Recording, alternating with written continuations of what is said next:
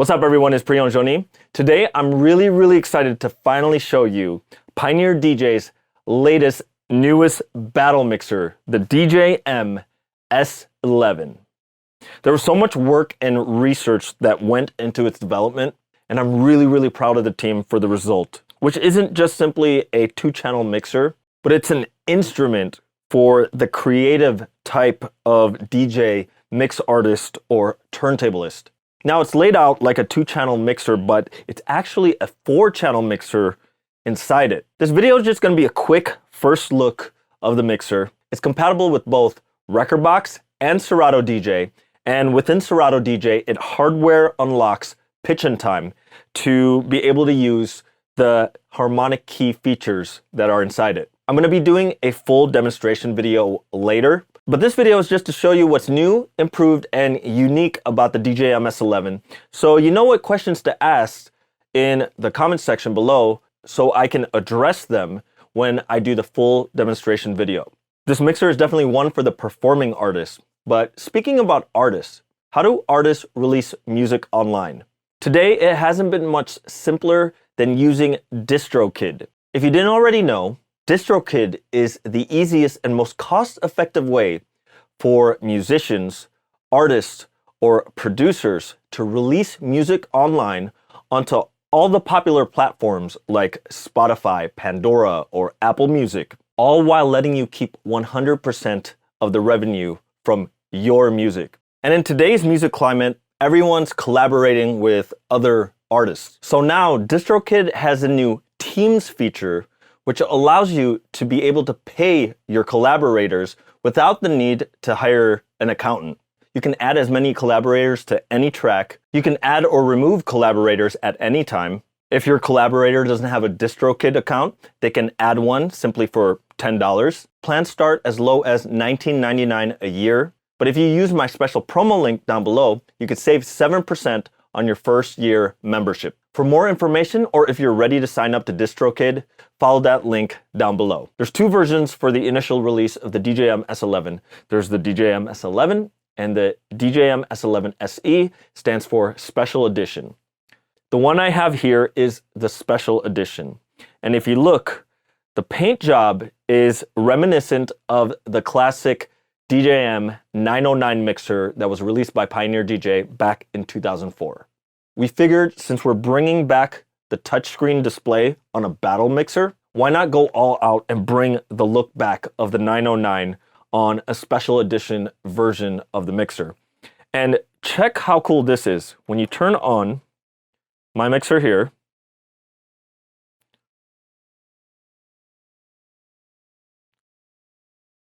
see if you remember that. The boot up screen, the amber boot up screen from the 909. And that little Easter egg is exclusive to the special edition, but all the other features are on both mixers. So we're gonna start from the rear, work our way down the mixer surface, and then go to the front, and we'll talk about a couple of the other features that you can't see.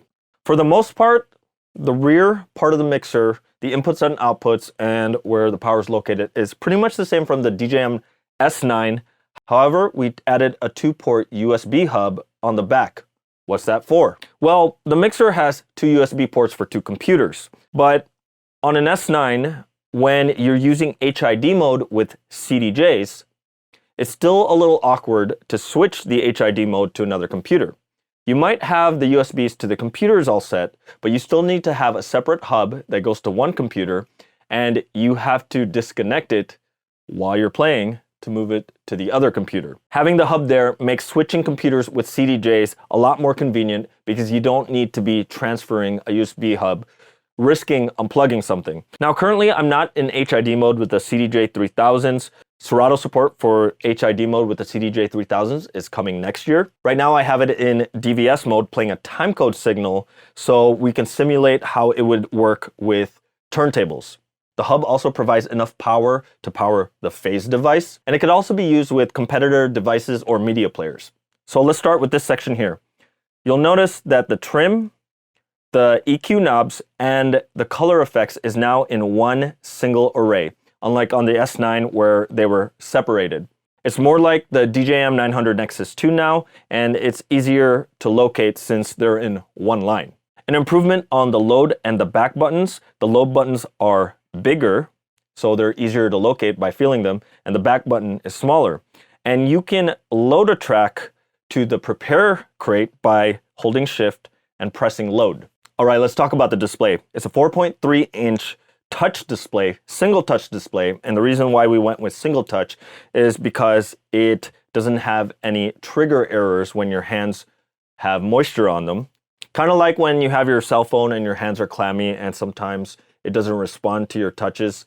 It's the brightest display on any battle mixer right now, and I have it set to 1, which goes up to 5 because it's hard to read on camera.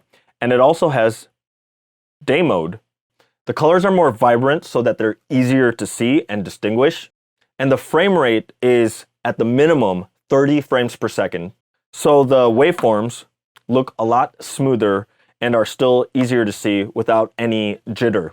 And what's great is that there's very, very minimal latency.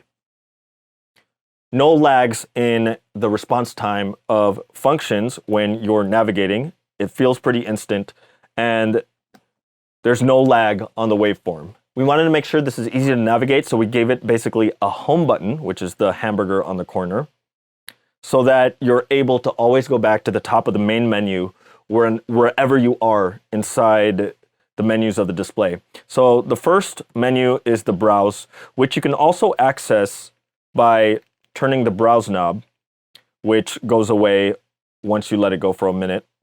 Over here, you got your effects settings. There's 4 banks of savable effects settings that you can do. Here you can change your color effects. It's by default on filter.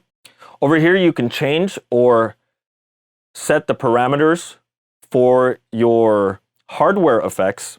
And what's cool is there's 22 effects over the previous S9's 15, 7 new ones, and a few of them were lifted directly from the DJM-909, including ducking echo. Ducking echo is really useful for many reasons, including when you want to make a loop when you're playing real vinyl. While on this side, you got, by default, your hardware effects, and on this side, you have your Serato effects.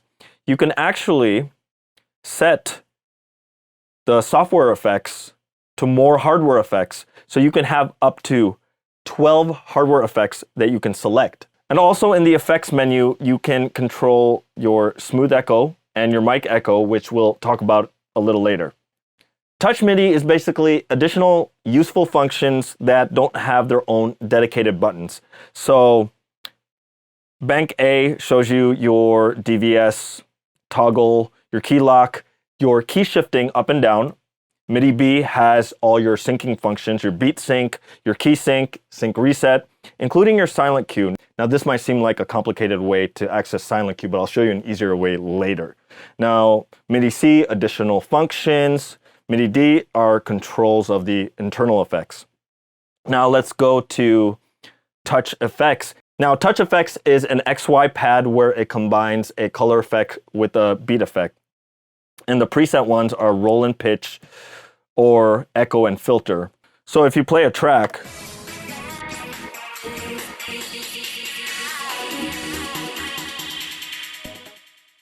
you have a combo that you can use on an XY axis right on the touchscreen.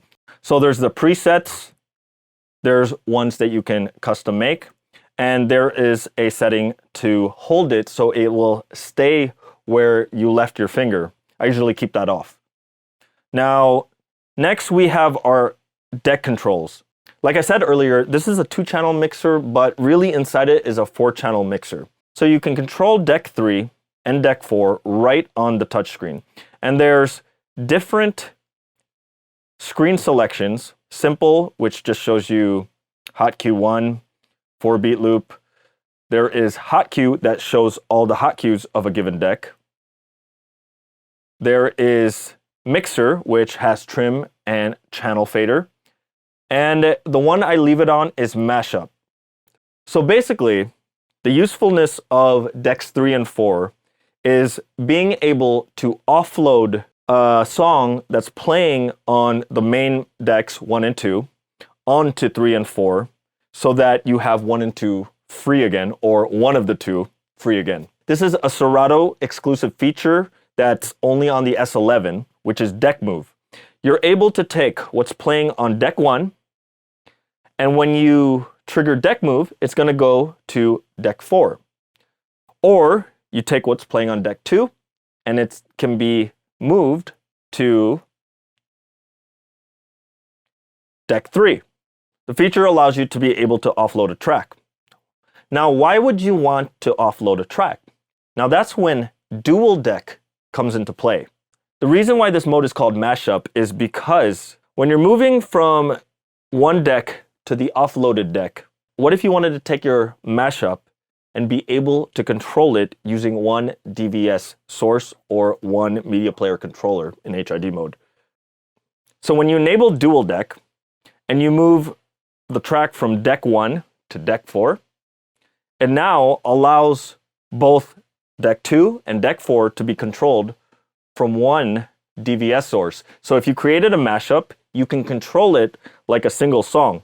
All your trim and EQ parameters will transfer over, but all your control, including the crossfader, the performance pads, and the channel fader, will control both decks simultaneously, along with the transport controls. In my long video, I'll show you how it works. Now below the deck 3 and deck 4 menus, we have our waveforms. And since it's not multi-touch, you can't pinch it, but zooming is not that hard. All you have to do is hold shift, and you can tap below the line or above the line to zoom out or zoom inwards. Now let's talk about the performance pads. It now has independent pad controls, and the pads are much bigger. But we took it a step farther. Instead of just independent pads, we made it so that you can use 2 functions for every pad section. What do I mean? Say I wanted hot cues and the sampler. I hold the hot cue, click the sampler, and now I have my top row of hot cues and my first 4 sampler banks on one single section. You can do this in reverse. If you wanted the sampler, hold the sampler, hold hot cue, now your hot cues are below.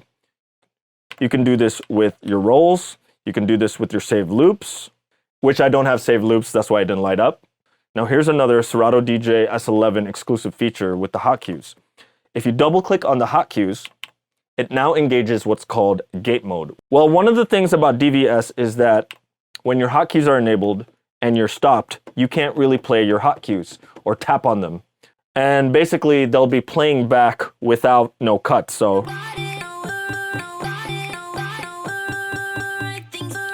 you can't just let it go and it'll stop. Now with gate mode, you double click the hot cue.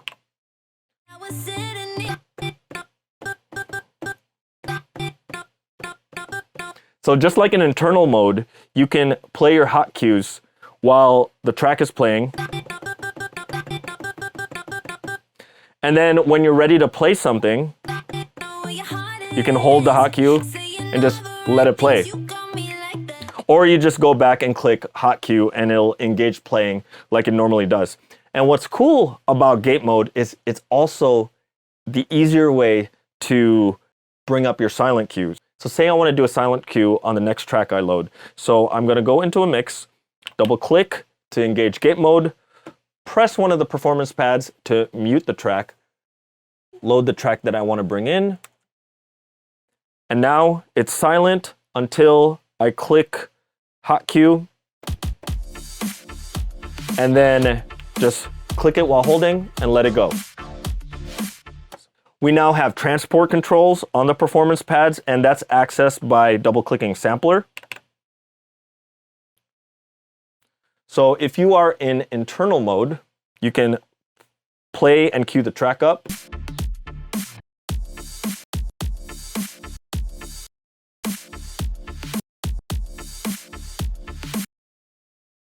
And I like that it's color-coded orange and green, just like the cue and play buttons on a CDJ. Now there's this new feature called Scratch Bank, which is the secondary to the sampler pad mode. And it's very similar to sampler in Serato, except you're able to control it on the deck. So say I load a Scratch Bank, and then I trigger one of the 8 scratch banks, it automatically loads the scratch sample that I loaded in that scratch bank, and you can select whatever hot cue you want to load on. You can go from start or whatever the 8 hot cues you have on that scratch, and it's instant for pulling up your scratches.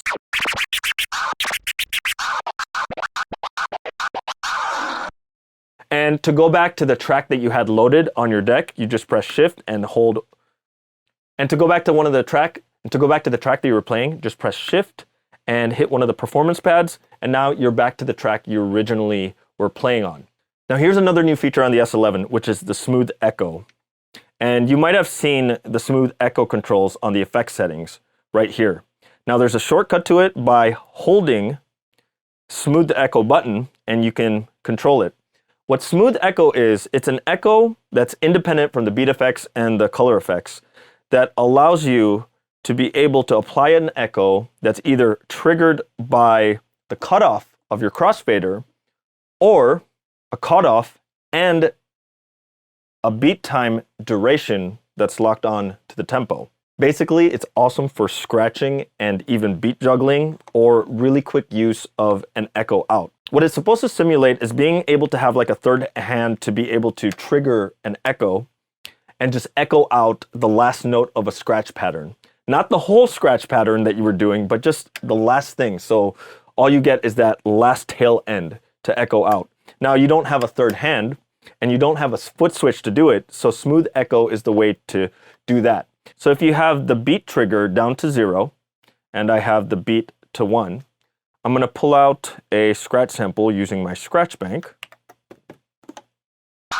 And every time I trigger the crossfader off, the echo engages, similar to how ducking echo works. See no echo? Until I close the crossfader. Now, if I want to do some scratching, but I don't want the echo there the whole time, I can set a beat duration for the trigger to a half a beat, 1 beat. It can go up to 4 beats. Let's do 1 beat. So I can crab all day long with no echo, but if I want the echo to happen, open the crossfader long enough, then cut off, then the echo happens.